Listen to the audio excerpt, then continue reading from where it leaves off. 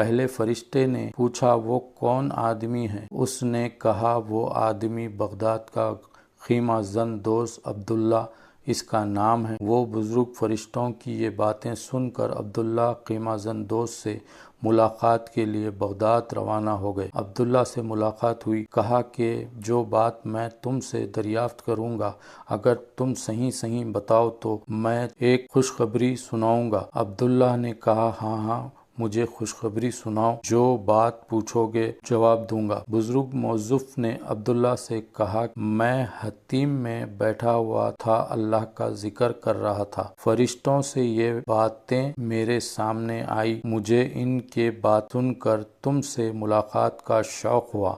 अच्छा ये बताओ, तुमने क्या अमल किया था जिसकी वजह से ये मर्तबा हासिल हुआ? अब्दुल्ला ने कहा, भाई मैं तो गुनाहगार खुदा का